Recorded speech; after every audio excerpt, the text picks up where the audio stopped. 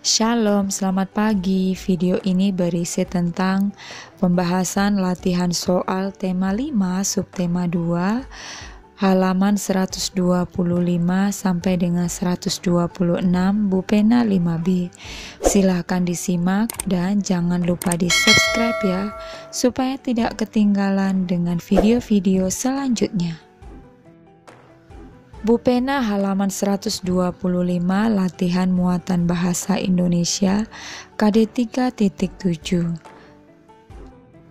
1. Kalimat yang berisi pikiran utama teks disebut kalimat jawabannya A. Utama. 2. Bacalah paragraf berikut. Tikus tidak dapat membuat sendiri makanannya. Hewan tersebut memakan makanan yang ada di lingkungannya. Oleh karena itu, hewan ini disebut sebagai konsumen. Makna kata konsumen berdasarkan paragraf di atas adalah jawabannya pemakan. Bacalah paragraf berikut untuk menjawab soal nomor 3 sampai 5. Salah satu jenis simbiosis adalah simbiosis parasitisme. Simbiosis tersebut merupakan hubungan antar makhluk hidup yang hanya menguntungkan satu pihak, sedangkan pihak lainnya dirugikan. Contoh dari simbiosis tersebut adalah hubungan Rafflesia yang hidup menumpang pada tumbuhan inangnya. Hubungan bunga Rafflesia dan tumbuhan inangnya menguntungkan bunga Rafflesia, sedangkan tumbuhan inangnya dirugikan. Bunga Rafflesia mengisap makanan yang dibuat tumbuhan inangnya. Hal ini tentu berakibat bunga Rafflesia tumbuh dengan subur, namun tumbuhan inang lama-kelamaan akan mati. Pertanyaan nomor 3, informasi penting yang diperoleh dari paragraf pertama pada teks tersebut adalah jawabannya, simbiosis parasitisme merupakan hubungan antar makhluk hidup yang hanya menguntungkan satu pihak, sedangkan pihak lainnya dirugikan. Soal nomor 4, ide pokok paragraf kedua pada teks tersebut adalah jawabannya hubungan bunga Rafflesia dan tumbuhan inangnya menguntungkan bunga Rafflesia, sedangkan tumbuhan inangnya dirugikan. Pertanyaan nomor 5, buatlah kesimpulan berdasarkan teks tersebut. Jawabannya, simbiosis parasitisme merupakan hubungan antar makhluk hidup yang hanya menguntungkan satu pihak, sedangkan pihak lainnya dirugikan. Contoh dari simbiosis tersebut adalah bunga Rafflesia yang hidup menumpang pada tumbuhan inangnya. Bunga Rafflesia mengisap makanan yang dibuat tumbuhan inangnya. Hal ini tentu berakibat bunga Rafflesia tumbuh dengan subur, namun tumbuhan inang lama-kelamaan akan mati.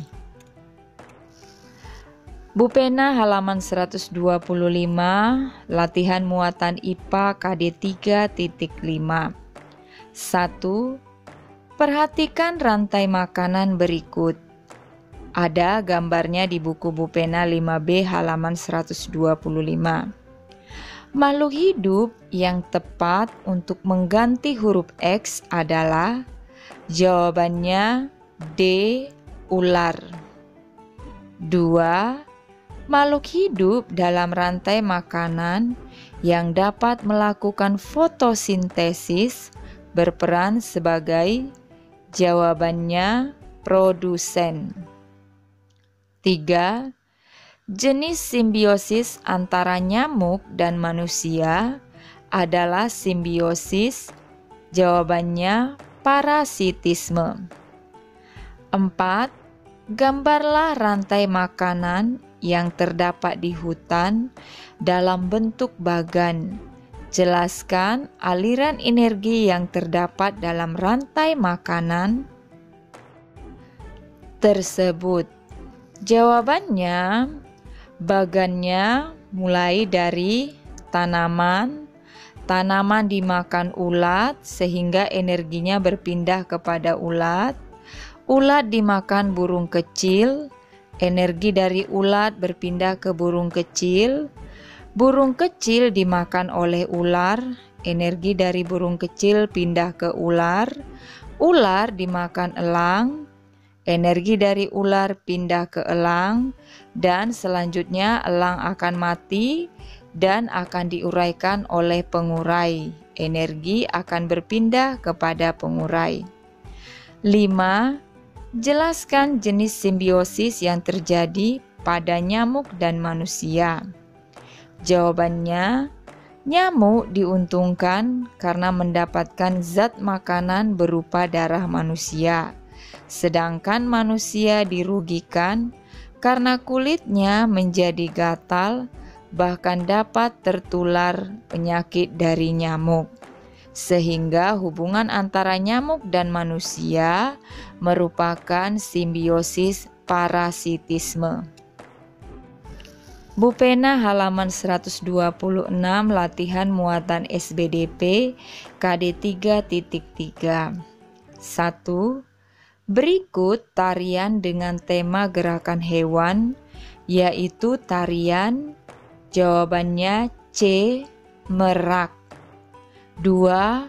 Properti tari yang digunakan pada tarian di buku Bu Pena halaman 126 adalah, jawabannya alu dan lesung. 3. 2 contoh pola lantai dalam tari adalah, jawabannya pola lantai lurus dan melingkar. 4. Apa fungsi properti tari? Jawabannya, untuk memberikan keindahan pada tarian dan menyampaikan makna yang terkandung dalam tarian. 5. Tuliskan 3 contoh tari daerah beserta musik pengiringnya. Jawabannya, tari saman dari Aceh diiringi musik rebana. 2. Tari serimpi dari Yogyakarta diiringi musik gamelan. 3. Tari lenong dari Betawi diiringi musik gambang kromong. Masih di Bu Pena halaman 126, latihan muatan IPS KD 3.1. 1. Kegiatan ekonomi yang cocok dilakukan di dataran tinggi adalah, jawabannya A. Bertani. 2. Kenampakan buatan yang biasa dimanfaatkan untuk dijadikan sumber tenaga listrik dan pengairan adalah, jawabannya waduk. 3. Pembuatan terasiring bermanfaat bagi kegiatan ekonomi di bidang, jawabannya pertanian. 4. Tuliskan jenis kenampakan buatan. Jawabannya waduk atau bendungan, kebun binatang, dan permukiman. 5. Tuliskan 3 kenampakan buatan beserta contoh pemanfaatannya. Jawabannya, waduk atau bendungan yang dibangun sebagai penampungan air. Kedua, kebun binatang sebagai tempat konservasi hewan. Ketiga, permukiman sebagai tempat tinggal manusia. Bu Pena halaman 126, latihan muatan PPKN KD 3.4. 1. Tokoh yang membacakan naskah proklamasi adalah, Jawabannya IR Soekarno. 2. Contoh Persatuan Bangsa Indonesia dalam persiapan proklamasi adalah, jawabannya bekerja sama menyusun teks proklamasi. 3. Tuliskan manfaat gotong royong dalam kehidupan sehari-hari. Jawabannya, gotong royong dapat menumbuhkan semangat kekeluargaan sehingga meningkatkan persatuan dan kesatuan, mencegah perpecahan, serta menciptakan hubungan yang harmonis antar sesama dengan semangat kekeluargaan. Kehidupan manusia pun menjadi aman dan damai. 4. Tuliskan 3 upaya meningkatkan semangat kekeluargaan dan gotong royong di lingkungan sekolah. Jawabannya, piket kelas, kerja bakti sekolah, dan mengumpulkan sumbangan membantu korban bencana. Sekian saja pembahasan hari ini. Shalom.